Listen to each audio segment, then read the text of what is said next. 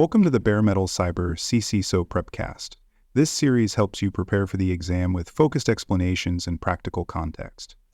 Vendor risk management has become a critical area of focus for cybersecurity executives. The increased reliance on third-party providers introduces significant exposure to enterprise systems, sensitive data, and internal processes. These vendors often have access to infrastructure through APIs, network connections, or shared tools. This creates multiple risk vectors that must be identified, evaluated, and managed. Failing to address third-party risk can result in compliance violations, financial losses, and reputational harm. Regulatory frameworks now explicitly call for structured oversight of supply chains. Organizations are expected to not only identify risks, but to prove that they are actively mitigating and monitoring them. Business continuity planning must also account for vendor dependencies. The Chief Information Security Officer is ultimately responsible for ensuring that vendor risk is not only acknowledged, but treated as part of the enterprise risk portfolio. The CISO plays a central role in defining and managing a vendor risk oversight program. This includes the development of formal policies and procedures that establish how vendors are assessed, ranked, and monitored. A successful VRM program requires cooperation across multiple departments. Procurement, legal, compliance, finance, and IT each provide input and support.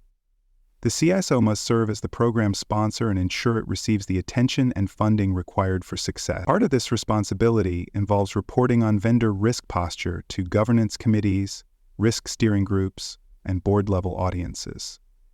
Vendor risk management is not a static checklist. It is an ongoing process that evolves with each new partnership, contract, or threat.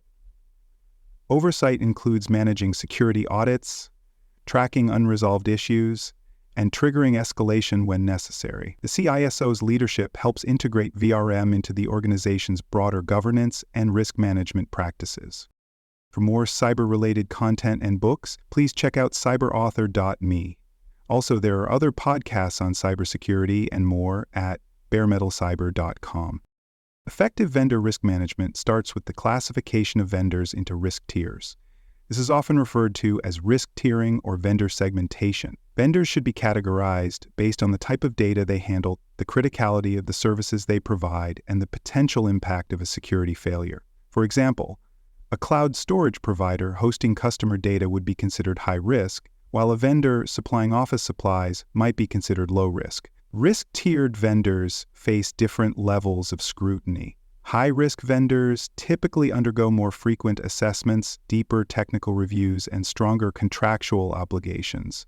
Risk classification may be based on qualitative input, structured questionnaires, threat intelligence, or automated scoring tools within GRC platforms.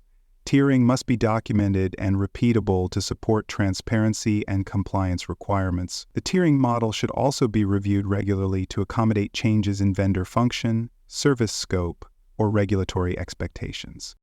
Before a vendor is approved and contracted, due diligence must be performed. This is referred to as pre-contract due diligence. The goal is to determine whether the vendor's security posture meets the organization's standards. This includes reviewing their security certifications, such as SOC 2 or ISO 27711, evaluating penetration test results, and assessing the vendor's own third-party dependencies. Security questionnaires are often sent to vendors to gather structured responses about their practices. These responses are then validated against internal control frameworks. Subcontractors and data flows must also be disclosed and reviewed to ensure transparency. Legal teams may review insurance policies, incident history, and compliance with privacy regulations. Technical teams examine integration plans and architectural compatibility. The CISO must ensure that all parties align on whether the vendor meets baseline requirements before procurement moves forward. Decisions should be documented clearly to support future audits or disputes. Once a vendor is onboarded, monitoring their risk posture becomes a continuous process. Vendor environments can change rapidly. Acquisitions, staffing changes, system upgrades, or public breaches can all shift the level of exposure. Continuous monitoring includes reviewing breach disclosures, evaluating third-party risk scores, and tracking legal or regulatory actions. Some organizations use external risk intelligence providers that provide updated risk ratings based on observed signals. Others rely on internal check-ins, updated assessments, or control attestations. Critical vendors may be subject to quarterly or semi-annual reviews, while lower-risk vendors are reviewed annually. Monitoring also includes verifying compliance with contract terms and service-level agreements. SLA violations, missed deadlines, or failure to respond to incidents must be logged and addressed. The CISO must ensure that a monitoring plan exists, is enforced, and is capable of escalating concerns to the appropriate levels of leadership when necessary. Security audits are a vital part of the ongoing oversight process for high-risk vendors. These audits can be conducted on-site, remotely, or through third-party attestations. The purpose is to validate that the vendor is upholding the commitments they made during onboarding.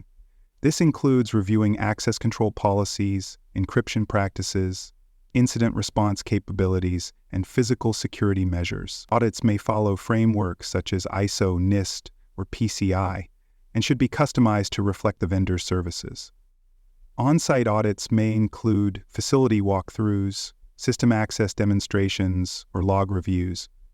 Remote audits typically involve document requests, interviews, and live demonstrations. Every audit must be documented with findings, remediation plans, and follow-up requirements. The CSO ensures that findings are assigned to responsible parties, tracked to resolution, and reviewed for closure. Failure to remediate findings within expected timelines may result in contract penalties or even termination. Vendors are often subject to the same regulatory obligations as the organization they serve. Regulations such as PCI DSS, HIPAA, GDPR, and GLBA explicitly require third-party risk management. For example, under GDPR, vendors that process personal data must meet data protection obligations and provide breach notifications. HIPAA mandates that business associates maintain appropriate safeguards and enter into written agreements. Regulators expect organizations to document their vendor selection processes, risk assessments, and mitigation efforts. Vendor evidence should be included in audit readiness documentation. This includes contracts, assessments, risk tiering, and monitoring records. The CISO must ensure that regulatory requirements are mapped to vendor expectations and that any vendor failing to meet compliance obligations is flagged for review. Escalation procedures must be in place to address deficiencies and demonstrate to regulators that the organization is managing its third-party risk effectively. Vendors may also experience security incidents that affect your organization. The CISO is responsible for ensuring that vendor contracts contain clearly defined breach notification terms. These terms should specify timelines, reporting obligations, and remediation steps. Incident response plans must include vendor integration points. This means defining who will be contacted, how the investigation will be coordinated, and what documentation will be exchanged. Escalation paths should be tested periodically to ensure they work in practice. After a vendor breach, a post-incident review is essential. This includes evaluating data handling procedures, identifying the root cause, and reviewing the vendor's response timeline. If the incident revealed significant weaknesses, the vendor's risk tier may be adjusted, and contractual terms may be updated. Lessons learned should be shared across teams and reflected in updated procedures. A breach does not automatically mean a vendor relationship ends, but it does require immediate and thorough oversight. Governance plays a key role in vendor risk management. The CISO should establish a regular cadence for vendor governance reviews. These reviews can be quarterly or biannually and should involve legal, IT, compliance, and procurement stakeholders. Dashboards and scorecards can provide executive-level visibility into the vendor landscape. Metrics may include the number of high-risk vendors, overdue assessments, audit findings, and incident response timelines. Vendor risks should be tracked in a centralized risk register. This allows for easier reporting, pattern analysis, and escalation. Metrics should be aligned with the organization's risk appetite and compliance frameworks. The governance team reviews trends, identifies vendors needing attention, and provides strategic guidance on renewals, contract changes, or offboarding. This governance function ensures that vendor oversight remains a living process, not just a compliance checkbox. On the CCISO exam, vendor risk oversight will be tested in a variety of ways. Expect terminology such as due diligence, vendor tiering, SOC 2, remediation, and third-party risk to appear. Scenario questions may present a vendor with a breach, an audit finding, or a regulatory gap. You will be asked to choose the most appropriate executive-level action. These questions require a CISO mindset, balancing risk, contractual obligations, and regulatory compliance. The exam also expects you to understand how vendor risk intersects with audit, incident response, governance, and business continuity. A well-rounded vendor risk strategy supports the broader security program, reduces overall enterprise exposure, and builds trust with stakeholders. The ability to govern this risk strategically is a core skill expected of CISOs. Thanks for joining us for this episode of the Bare Metal Cyber CSO Prepcast. For more episodes, tools, and study support, visit us at baremetalcyber.com.